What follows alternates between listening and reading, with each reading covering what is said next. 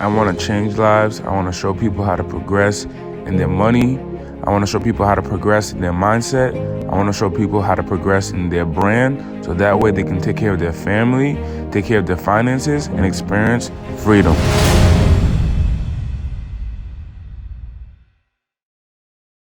And today on the Going North podcast, we bring you some fabulous humans from across the globe. Today is no different. Today is no different.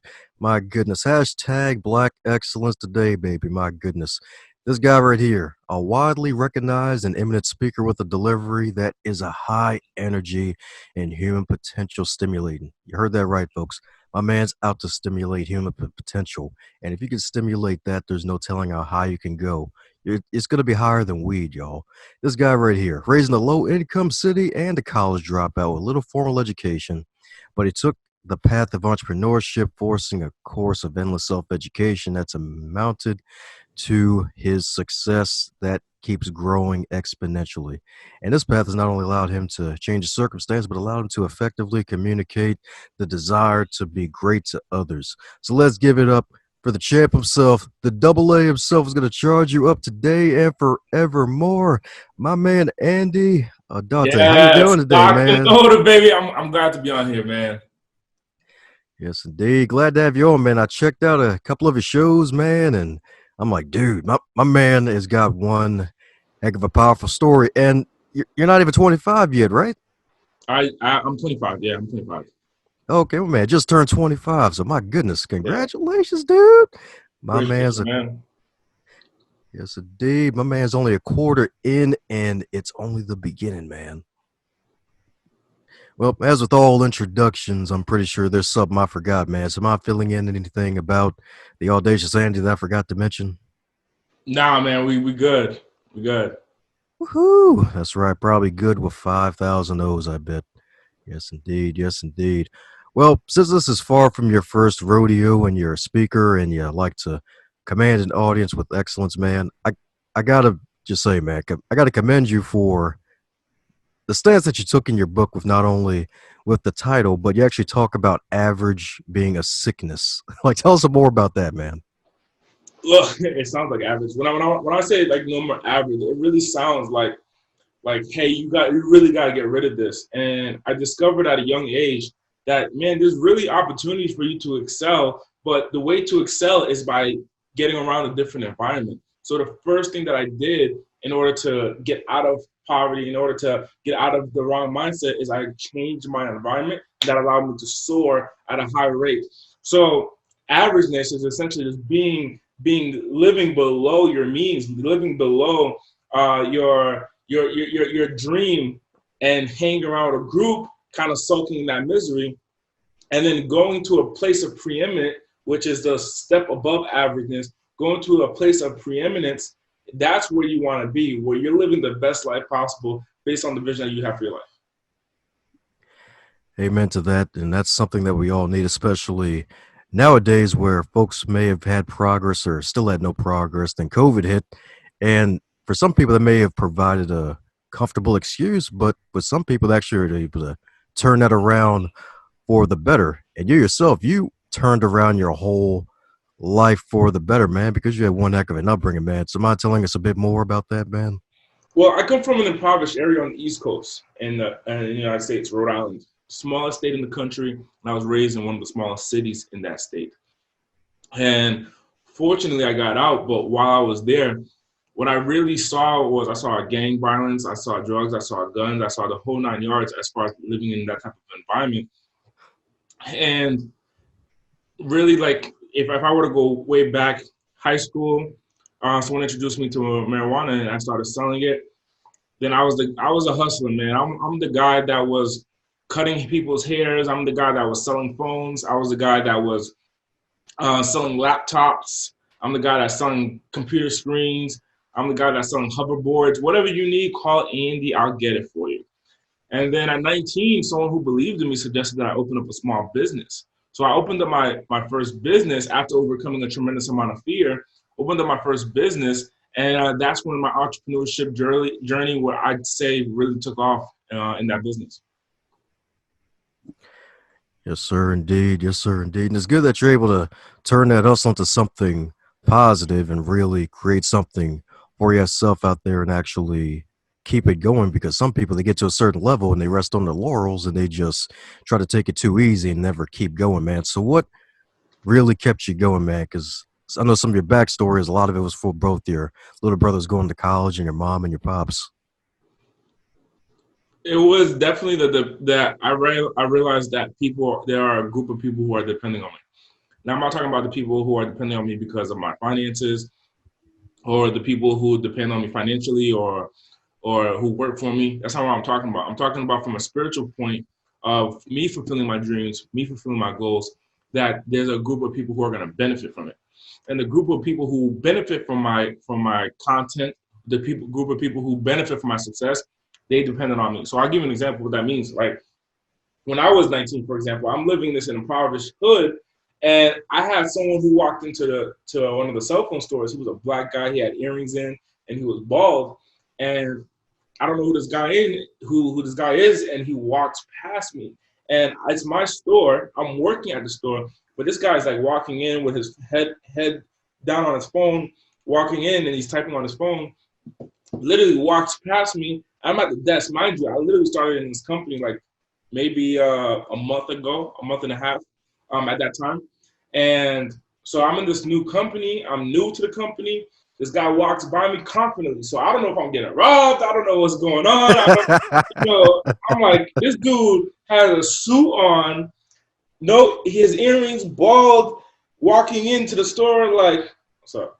And he walks past me, and I'm like, that's the slickest way to rob somebody, man. Just go there nicely and just kind of walk in and just like, hey, what's up, man? Just walk in.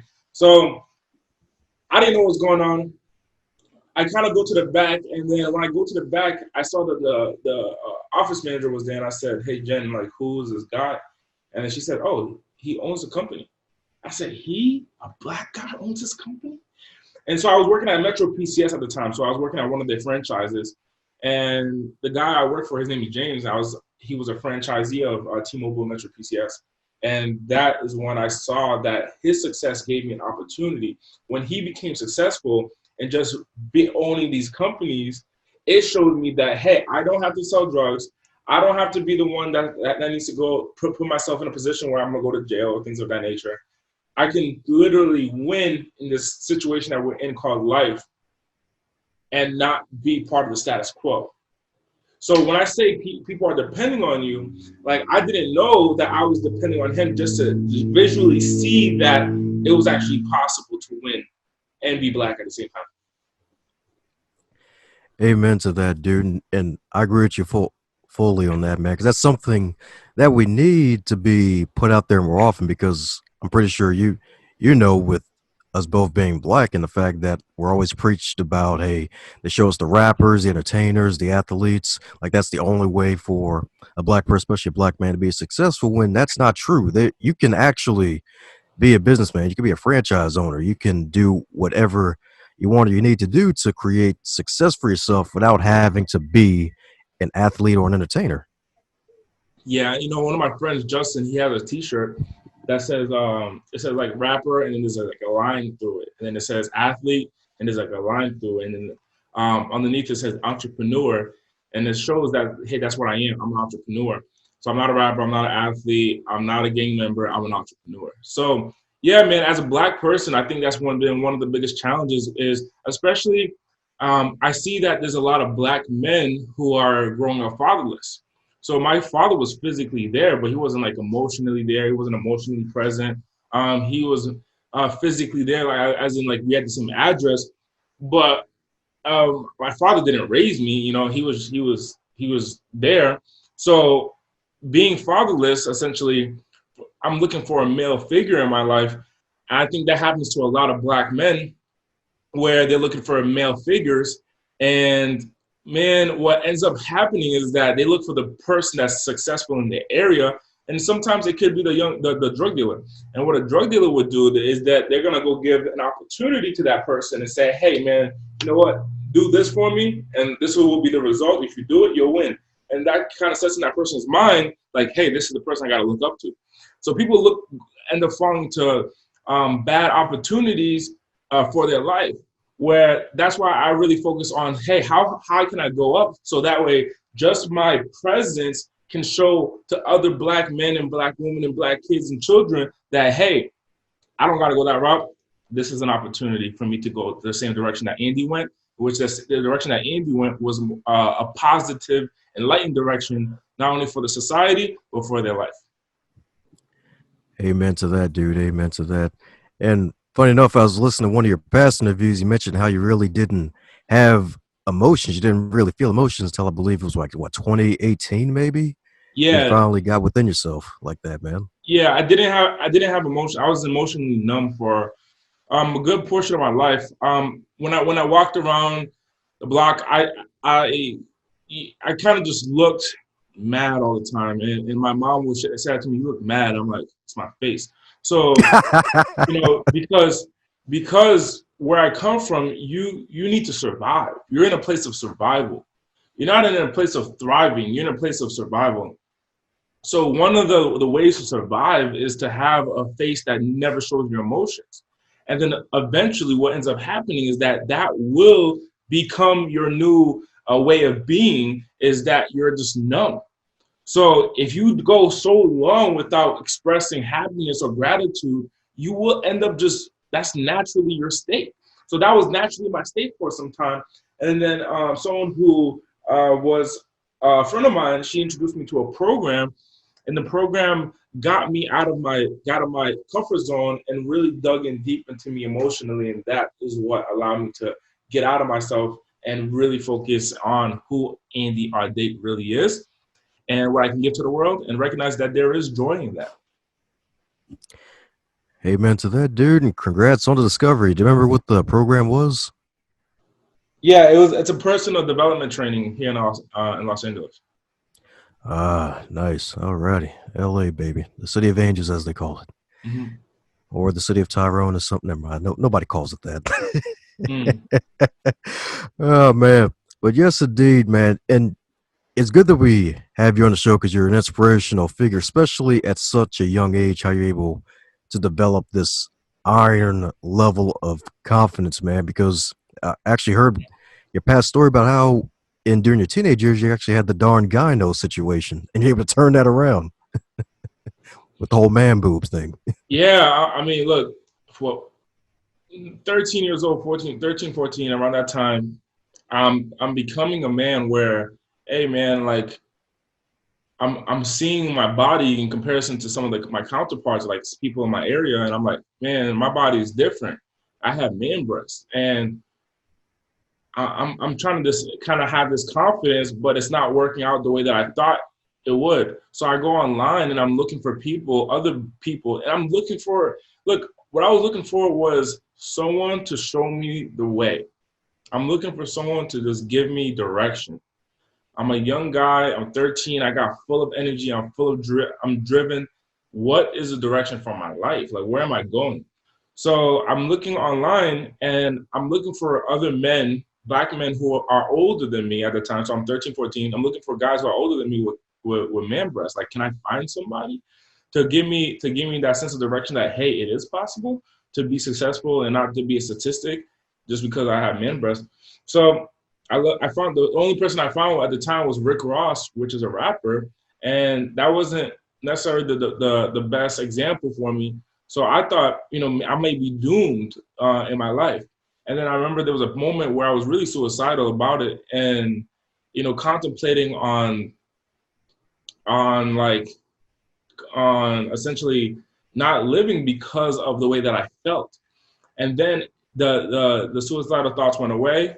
I found God, most importantly, and what I believe God told me at that time was, hey, I'm going to make you that successful person so you can be that person that you're looking for other people. And I was like, oh, okay, got it. I'll just follow the journey then, Amen to that, dude. And created so much in the decade and counting after that, man. And are you still a faith-based entrepreneur, basically? Even though that's not your main thing, it's a publicized though. You still consider yourself a faith-based person? Oh yeah, most definitely. I truly believe that the reason I'm even a bit, I have the opportunity that I have. One of the blessings that I ask for or I thank God for is definitely just opportunity. I say thank you for opportunity. It's not necessarily, asking for the outcome, but more so for the opportunity to receive the outcome. So whatever the outcome is, I'm not typically asking for the outcome. I'm more so focused on the opportunity and to showcase myself. I don't know how God looks at me or how God looks at His children specifically, and maybe the word will enlighten that, and everyone has their own experience. But I know for me, like in my life, I believe that God is going to give me opportunities, and that's for my job to fulfill those opportunities instead of, hey, I'm just going to receive the blessing. The blessing, the opportunity is the blessing. The blessing is the opportunity. It's not the outcome. So it's not like the God, give me a car. It's not. It's not that. It's that, okay, you want a car? Well, hey, a job just fell in your lap.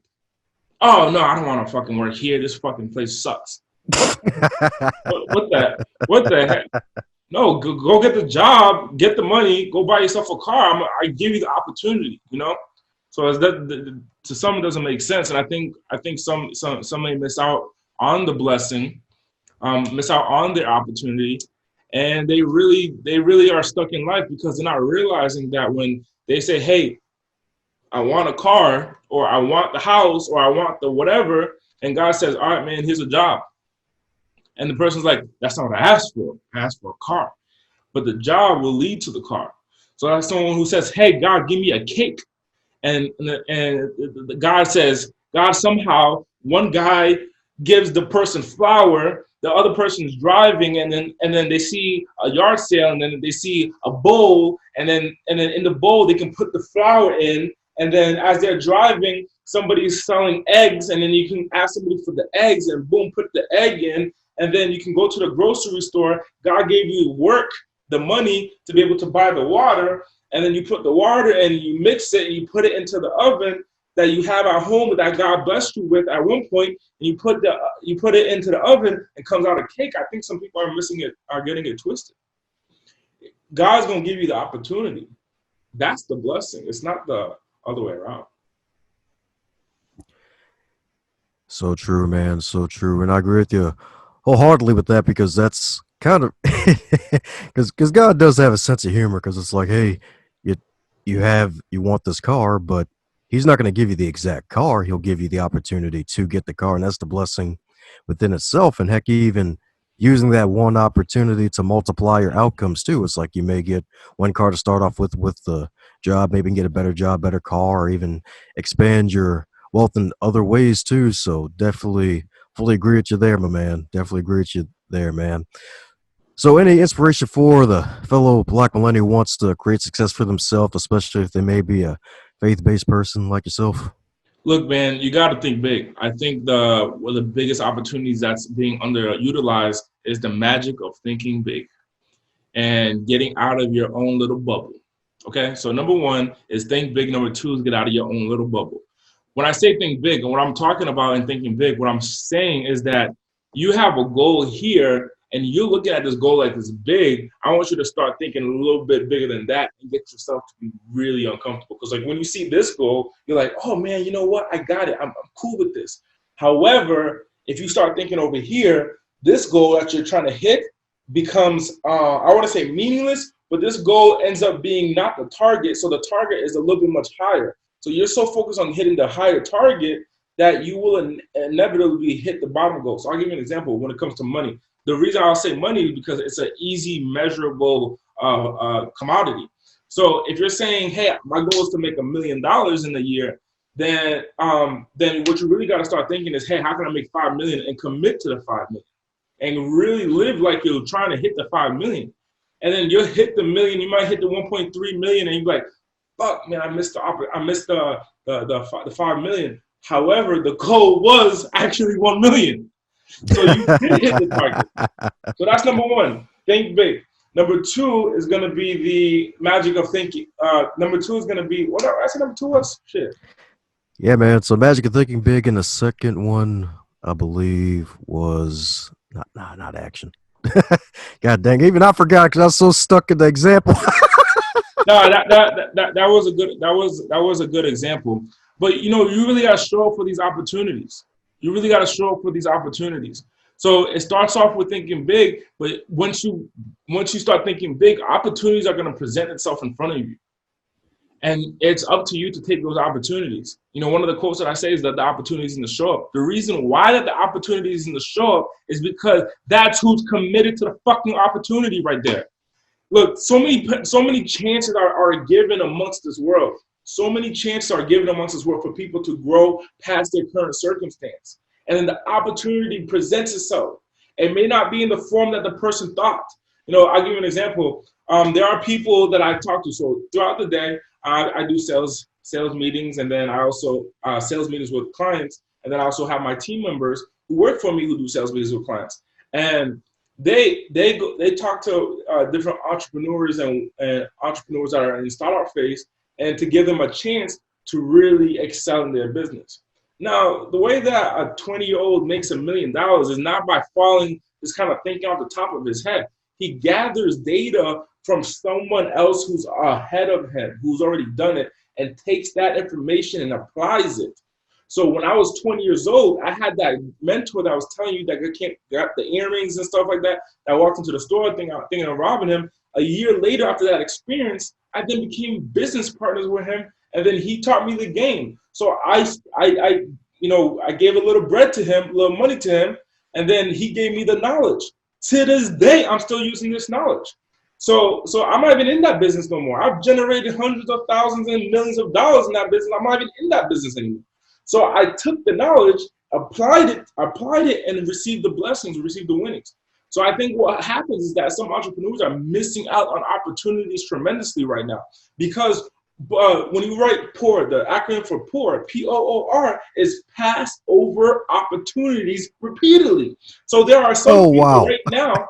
There are some people right now who are in a position where they have an opportunity and they say, you know what, I got to think about it. I think I have to think about it is like one of the biggest dream killers, right? I have to think about it. I think that's one of the biggest dream killers. So people are like, hey, I got to think about it. Okay, go think about it. Then someone else takes that opportunity. I'll give you an example. I mean, even in my business, I'll give you a small example. I'm talking about, let me give you a real tiny, real life example that I can relate to right now in my business. We changed the prices on some of my products. So there was a product that was $99. We gave the opportunity to someone and we said, hey, take advantage of this offer. Okay. Then we brought the offer price up to $197. Okay. And at $197, we started selling the product. The person who had to think about it at $99 came back and said, hey, I'm ready. Now it's $197. So you take losses by thinking about it. You take losses by thinking about it. So when you receive an opportunity, you got to take advantage of the opportunity in the lifetime, that window, in the lifetime of that opportunity. That's what I got to say to Black people. Not only just Black people, just anybody. You got to take advantage of an opportunity. Otherwise, you're going to miss out on the blessing that was originally designed for you. Woo! My man Reverend Andy is on fire, baby. My man needs a robe now, baby, because he's preaching it. My man's preaching it, baby.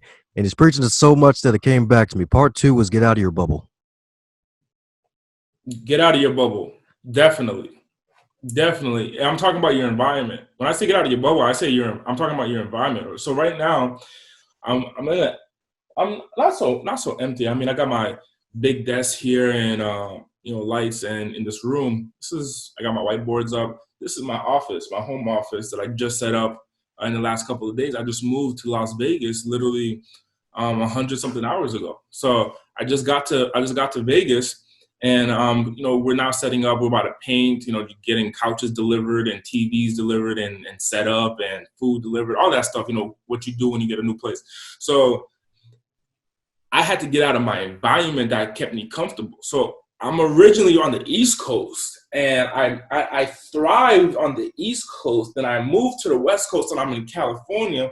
And once I recognized that I'm in a threshold in California, I moved quickly, and it only took me a few minutes to really decide and commit to moving. And within days, we came to check out apartment and move in and the whole thing. So it's about getting out of your bubble, which is your environment, fast. I'm talking about once the idea comes, like take action towards that objective ASAP. Don't wait. Don't think about it. Don't ponder. Move quick. Yeah, man, definitely got to change that zip code, man. Congrats on the move, man, all the way out to Nevada, man. Yeah. So it's like your dream, your vision. I want you to think about your dream and vision like a fire. When you see when you're walking home and your home is on fire, you're not gonna be like, let me think about this, man. Let me think about this. Let me just think about this. Like, no, you take action quick. Go get water. Go get water. Go knock on doors. Boom, boom, boom. Make phone calls. 911. Hello. Hey, we gotta take care of this. Hey, put something on top of it. Handle it. Let me think about it. And I think that's what happens to a lot of people right now, especially after COVID. That COVID-19 or during COVID-19, that people's incomes took a dip or whatever, and they're like, let me think about it. Let me think about it. All right, man. You keep thinking about it. I'm telling you, the blessings will pass over. The blessings will pass over. I believe wholeheartedly that if God, my biggest fear, so on my sales team, we do what we call a connection question. And a connection question is simply just asking a question, because my companies ran virtual. I got team members in the Philippines, team members in Europe, team members in Latin America. I got team members in America. And so my team is all over the globe. So because of that, the way that I connect the team and make sure that we have that culture that is truly connected amongst the organization is through a connection question, which has nothing to do with work. We just ask a question. So yesterday's question, I think, was like, what's your biggest fear? And every single person in their specific department in my organization answered that question. And when I'm in the meetings, I actually participate and I answer the question. So the question yesterday was, what's your biggest fear? And I answered that my biggest fear is going to God. And God said, fuck, man, I gave you this big old thing to do and you only did 5%. Oh, shit. I gave you everything that you needed and you only did 5%. Damn. That's my biggest fear, man. My biggest fear is not spiders. It's not that. It's like going to God and God saying, you only did 5%. I gave you the systems. I gave you everything you needed. And I truly believe that God gives you everything you need. Every single thing you need. I believe that God will give you every single thing you need. And you just got to look at it for what it is. So it's like those people who are like, who might get a box from Amazon. I don't have any boxes here. Oh, I do actually. So those people who might get a box from Amazon and they may say, okay, I got the box from Amazon and they're trying to rip it. I can't rip it. And they're hurting themselves. They're literally like hurting their nails. I can't rip the box. Little did they know that there was a fucking knife around. They just weren't looking to open up the box. So what I'm sharing with you is that I believe that God gives you everything you need. It's just about taking action with those things. Amen, folks. Amen, folks. My man's going in, babe. My man's going in. So put out that fire known as brokenness. Yeah, that's a real fire, man. That's a real fire. Yes, indeed, man. Heck, even put out the fire of limited thinking too, right? What? The fire of limited thinking and averageness, right? Dude, that sounds like serious, man. That's actually a cool thing to say, to put out the fire of limited thinking. But yeah, put out the fire of limited thinking. Start thinking big and start questioning, hey, how can I get to that position? And what is it going to take for me to get to that position? That's the question that you should be asking yourself is, what can I do to get to that position? And who can help me get there? That's what you got to start asking yourself.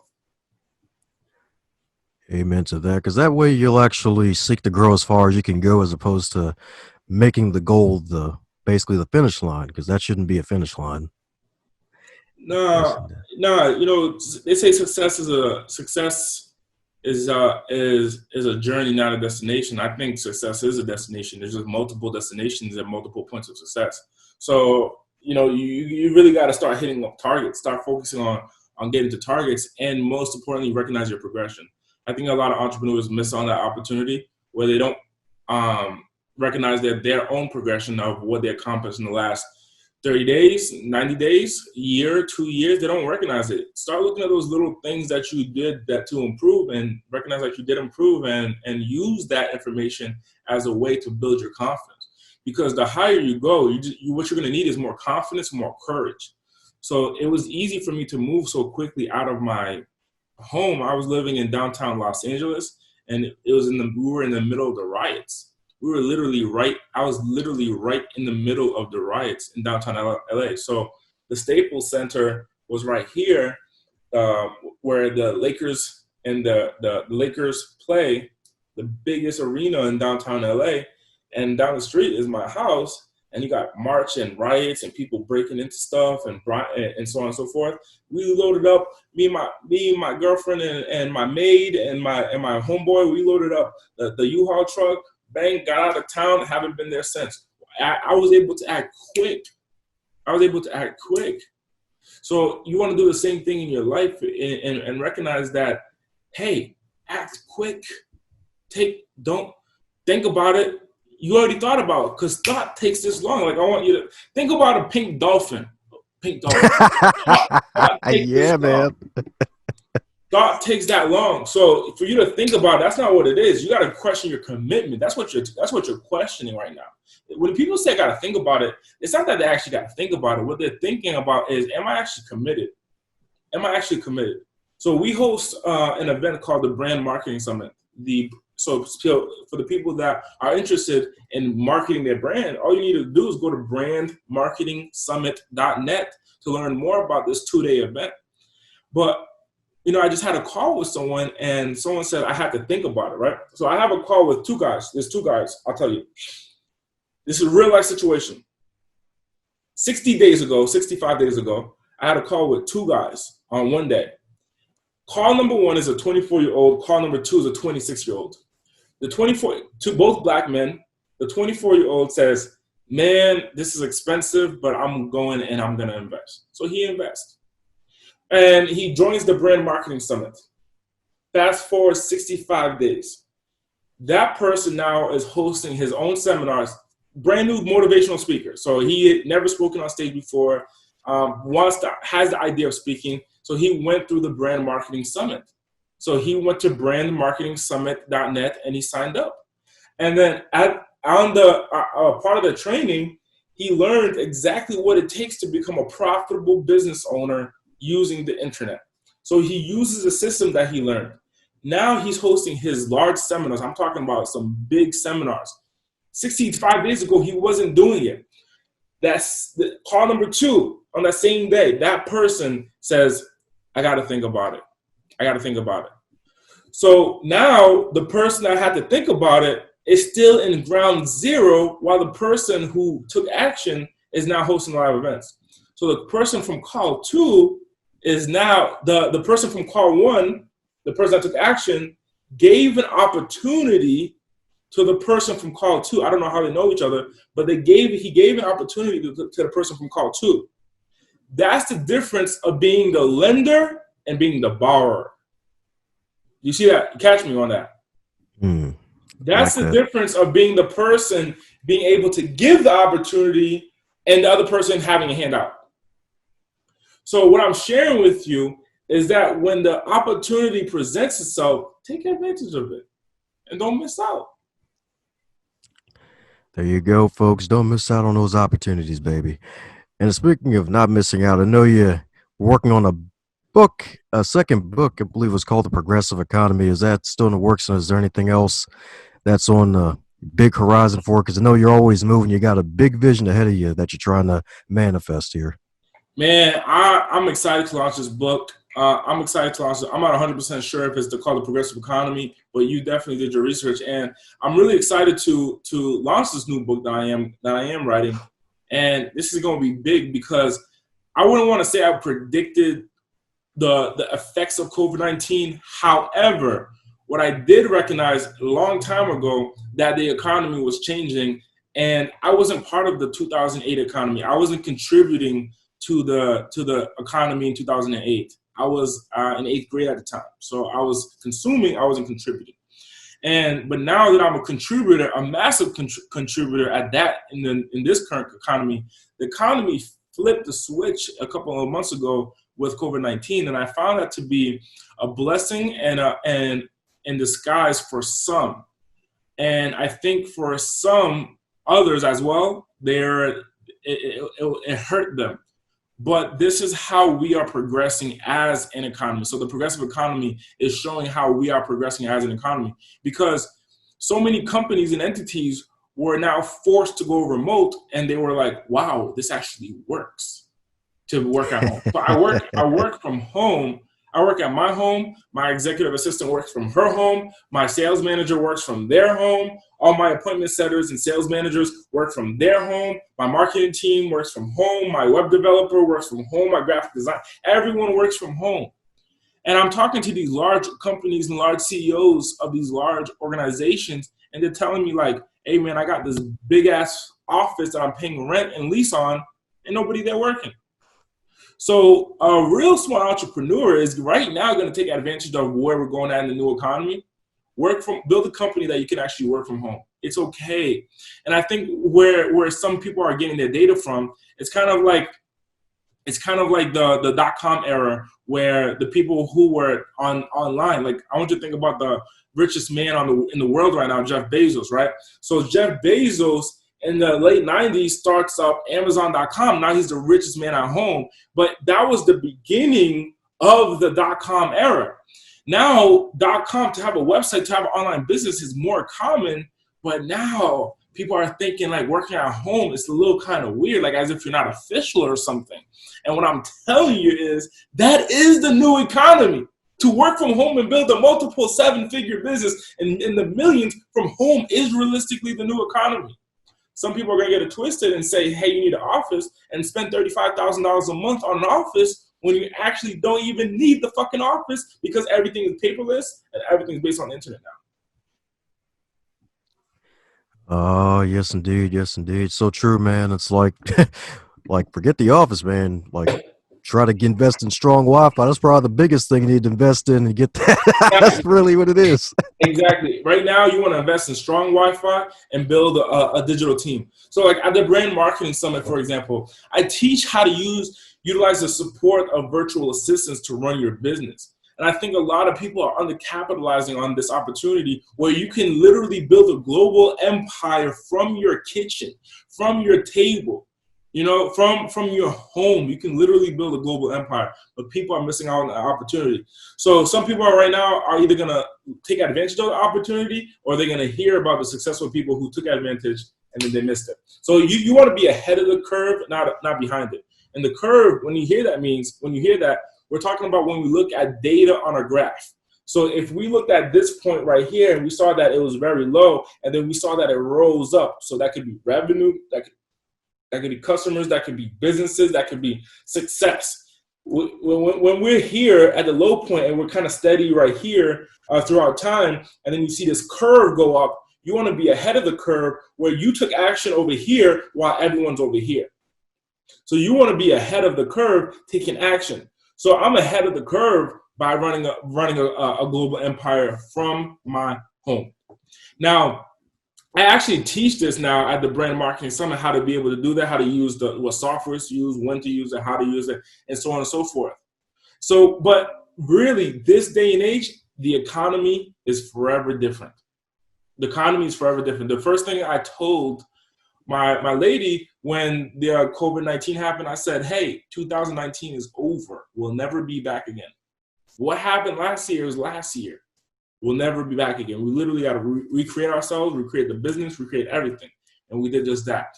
And now it was much easier, I can tell you, Dom, that it was much easier for me to recreate my business because my business was already set up for the new economy. So some entities are so behind the curve that they're trying to catch up, and it's going to be a little bit too late for them. Heck yeah, man. Especially like if it's like a retail store, and heck, even a lot of small businesses that relied on just storefront too, and never even had a website, and and probably didn't even have social media pages at all either, promoting anything that they did. Yeah, that would be very unfortunate, man, for the people who have who, I know what it's like to run a retail business, man. And I was thinking about opening, because I built money in this business. I said, hey, should I open up? Because I originally closed a cell phone store. At 21, I was so uneducated about business. I didn't know you can sell it. I didn't know I could franchise it. I didn't know about all these things of business growth. I literally thought that the McDonald's CEO was the person who started it, and that they cared about their business as much as I cared about mine. Like, it was a small business. So I didn't sell it. I closed the business down. And then I thought about opening up the business recently. I think in the last 2 years, I thought about opening up the cell phone store again. And, I started really digging deep into recognizing that there is a new economy coming to come, and the cell phone, the malls and the stores are going to be shut down very soon. So I decided not to. But if you are in a business right now where you have a retail store, or you have a business that is based on brick and mortar, you really want to focus on how you can create that to be click and order, not brick and mortar. You want to focus on how that business can now be click and order. Because I literally like, from my phone, we just purchased a couch literally maybe 30 hours ago. And then it got delivered. I can literally, from my phone, order the couch, boop, boop, boop, boop, and then have it delivered to my door, and somebody and a group of guys bring the couch in. You don't got to go the old route, So a lot of the equipment that I have here was ordered online. As I started growing my business, I just ordered stuff online. So you want to start thinking in that fashion. Hey, how can I turn my business into click and order if you are currently now in brick and mortar? Man, oh man, make your business click in order, not brick and mortar. My goodness. My man, poetry in motion, baby. That's what I'm talking about, poetry in motion. My man's summoning some of his old rap career days, baby. Young Oh ain't yeah, I used to reappeared be a for a rapper, moment. man. I used to be a rapper back in the day, man. They call me Young A Music. Yes, sir, indeed. Yes, sir, indeed. Well, congratulations, man, on all the success that you've created and more that's to come, man. So since you've been on all these podcast interviews, is there a specific question that you wish you'd be asked more often? I think I talk about more of my story than anything else, but I really want to talk about what's the solution to really scaling the business and growing the business, and more solution focused, because I think a lot of entrepreneurs right now are suffering from the opportunity to scale. And I think a lot of entrepreneurs are really self-employed, where they essentially own their own job. So I think this industry of entrepreneurship is actually misunderstood. I became an entrepreneur before Instagram, before all this social media hype about business and stuff like that. I was already in business. I was the man behind. And as a serial entrepreneur, one of the things you really want to focus on is what's popping, like what's the trend, and take advantage of it. Because what do you call it? Let's say because the pager was cool, like having a pager on your hip was cool in the 1990s, doesn't mean that today you should open up a pager store. You should really start looking as to what is the next wave of opportunity in the next 50 years while you're alive on this planet. You should start really looking at that opportunity and saying, hey, I'm going to capitalize on that. So what's really truly being undercapitalized right now is the building of a personal brand. That not recognizing that you can literally grow whatever business if you have a personal brand. So if you have a specific headphone that you want to sell, hey, you can use your personal brand to be able to drive traffic to sell your product. If you have a cell phone, you can use a personal brand. So I think I would have become a rich, multi-millionaire in the last 4 years. In 4 years from the time when I owned the cell phone stores, if I used a personal brand, because I was focused completely on marketing the business, and I failed to use a personal brand. So nobody actually knew the business owner of the location. They just knew the business. So that's like, for example, right now, when you go into AT&T store, many times it's not AT&T that owns the business. It's a company that could be X Company Wireless Incorporated, and they did a deal with AT&T to have the AT&T logo on the front. And then when you come into the store, part of the contract says that the store has to look a certain way with a certain color and a certain light, so that way it's cohesive throughout the brand. So AT&T can have this like idea or this persona as if that all the stores look the same. And so this company, if that company can now grow because of a personal brand versus just a company by itself. Hey man, you're so right about that, and that's a thing that a lot of people don't know about. And heck, even I think it was like last year, I went to a seminar, and this lady really like manifested the truth that perception is reality. Because heck, even it goes with that example. It's like AT&T, you may see AT&T, the sign, and the store may be designed that way, but it could be owned really by another company that's not really AT&T, and a lot of folks don't know that, and it's all because of branding and heck, even franchising too, where it's like you have to do things in a certain way that people desire for you to carry their name, and if you can help take their name and create your own success out of it, it's like one heck of a deal because it's win-win. They have a store, they get more sales, more eyes on the brand, and you, the owner of that franchise, that business of your own, you can take that money like you did and then create something totally different afterwards. Yeah, that's really how I position myself, and that's one of the most strategic ways that I see a lot of companies and a lot of entrepreneurs win in the long term is that they hop on an opportunity for maybe 4, 5, 10 years, and then take the proceeds from that organization and then invest it into whatever they want. So literally that would be the path. So in the cell phone business, that's exactly how it is, my man, where the cell phone business is a front. Everybody's happy because the entrepreneur like myself can follow a system. So like I can literally go and open up a T-Mobile store today and follow the T-Mobile system. And they have a system on acquisition, on how to acquire customers, how to retain, how to get the highest monthly reoccurring charge, how to get more customers in the door, what phones that sell, what phones don't sell. They have the system. So it would be idiotic for me to go and try to duplicate the system from a customer standpoint. It's stupid. I would be stronger to go to T-Mobile and say, hey, let me partner up with you. Now, the benefit for a company like that is that T-Mobile says, hey, you become a different distribution source for their products and their services, that they'll take a little bit of the pie, which just adds to their bigger pie. So you add a little bit to their bigger pie, and then out of that pie that is a little bit, you take the bigger chunk out of it, and now you're able to make money off of their system.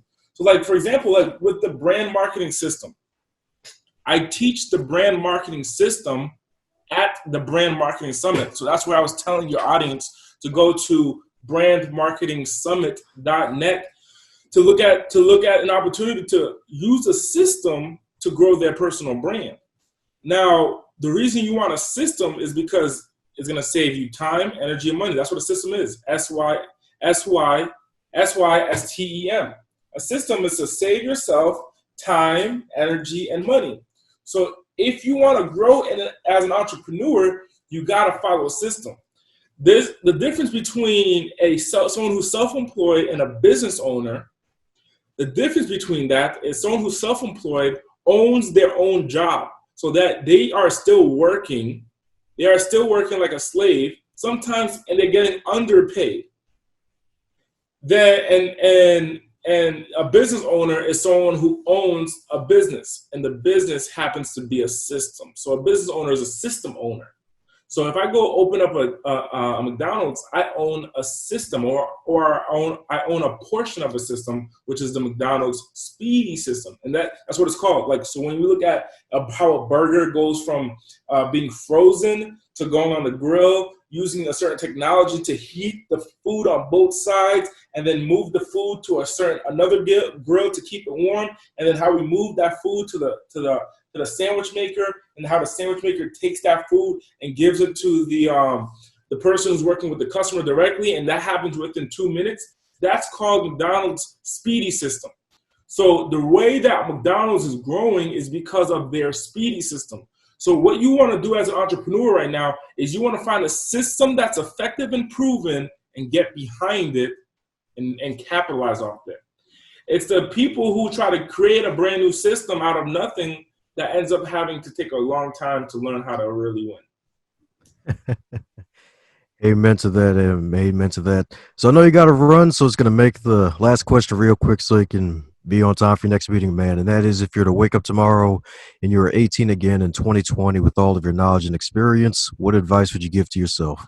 Oh, shit. If I was 18 again in 2020 and I had to give myself some information to win, I would definitely give myself some business knowledge. And if I had every single point of data that I would do, I would literally do what I'm doing right now. I would start this business giving people opportunity. Now, if I didn't have the success that I have, then what I would do is I would get behind someone who's already successful and learn from them. Because the fastest way to grow is through getting data. You want to get that information and duplicate that in your life. There's no reason to recreate the wheel. There's no reason to say, hey, I need to go from point A to point B. I'm gonna go find a horse and build a carriage with a wheel that is made out of a square to take me from point A to point B, just for me to find out that it'll be better for that square to be a circle. There's no reason for me to do that. Why? Because there's already cars available for me to purchase right away that is effective and works. So instead of me trying to get a horse and use that technology, I can use newer technology. So I would tell myself, Andy, find someone who's super successful, and by any means, whatever it takes, go work for that person, get money to pay that person, do whatever it takes, get around that person so that way you can win and learn from them, learn their systems, and implement them in your life. Woohoo! Well, there you have it, folks. My man Eddie's dropped a lot of gold, a lot of massive value. Folks, follow this man, the double A himself, man. So one quick time for the folks listening to put your stuff in the show notes, man. So anything you want to leave us before we close out, man? Hey, the opportunity is in the show up. So, hey, by the time you finish consuming this content, go to brandmarketingsummit.net. That's where you want to go right now. Build your personal brand. Go to brandmarketingsummit.net.